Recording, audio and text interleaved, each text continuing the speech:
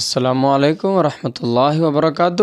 آج ہم لوگ بات کریں گے لیلۃ الجائزہ، جسے ہم لوگ چاند رات بھی کہتے ہیں۔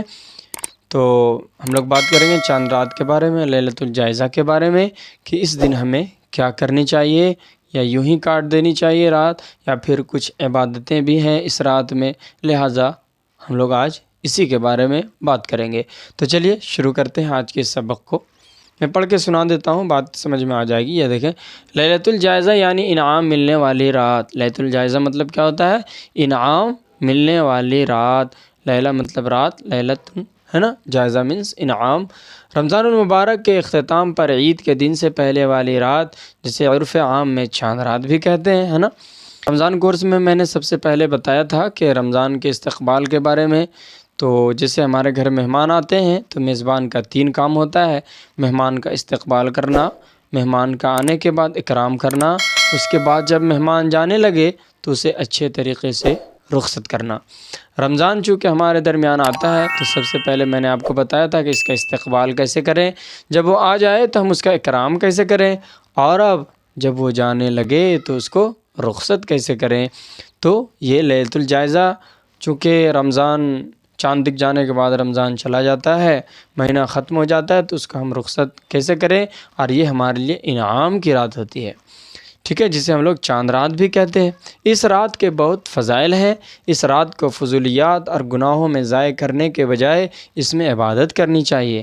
اکثر کیا ہوتا ہے، چاند رات کے دن ہم لوگ ساری دھیان چھوڑ کر ادھر ادھر ہو جاتے ہیں، لہٰذا ہمیں اس رات کی عبادت کرنی چاہیے، اس رات میں عبادت کرنی چاہیے، اس کی قدر کرنی چاہیے، اور اس کے فضائل و برکات کو دیکھتے ہوئے، اس کی اہمیت کو دیکھتے ہوئے ہمیں اس پر عمل کرنی چاہیے، ٹھیک ہے۔ ہم ادھر ادھر وقت برباد کرنے کے بجائے اس رات میں ہم عبادت کریں گے، کیونکہ یہ انعام کی رات ہوتی ہے۔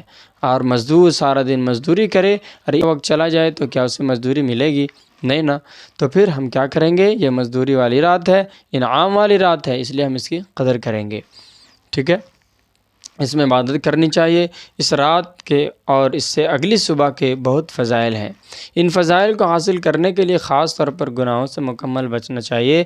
حضرت ابو امامہ رضی اللہ عنہ رسول اللہ صلی اللہ علیہ وسلم سے روایت کرتے ہیں: من قام لیلۃ العیدین محتسب اللہ لم یمت قلبہ یوم تموت القلوب۔ یہ دیکھیں کیا حدیث کہہ رہا ہے، من قام لیلۃ العیدین، جس نے عیدین کی راتوں میں اللہ تعالیٰ کی رضا کے لیے قیام کیا، اس دن اس کا قلب مردہ نہیں ہوگا، جس دن قلوب مردہ ہو جائیں گے، ٹھیک ہے۔ کیا کہا جا رہا ہے کہ جس نے اس عیدین یعنی عید الفطر، عید الاضحیٰ، جو رات چاند رات کی رات ہوتی ہے نا، جسے ہم لوگ چاند رات کہتے ہیں، لیلۃ الجائزہ جسے کہا جاتا ہے، جس نے عیدین کی راتوں میں اللہ تعالیٰ کی رضا کے لیے قیام کیا، اس دن اس کا قلب مردہ نہیں ہوگا، جس دن قلوب مردہ ہو جائیں گے۔ یعنی سب کا دل اگر مردہ ہو رہا ہو تو اس دن اس کا دل زندہ ہوگا جو عیدین کی راتوں میں عبادت کیا ہوگا۔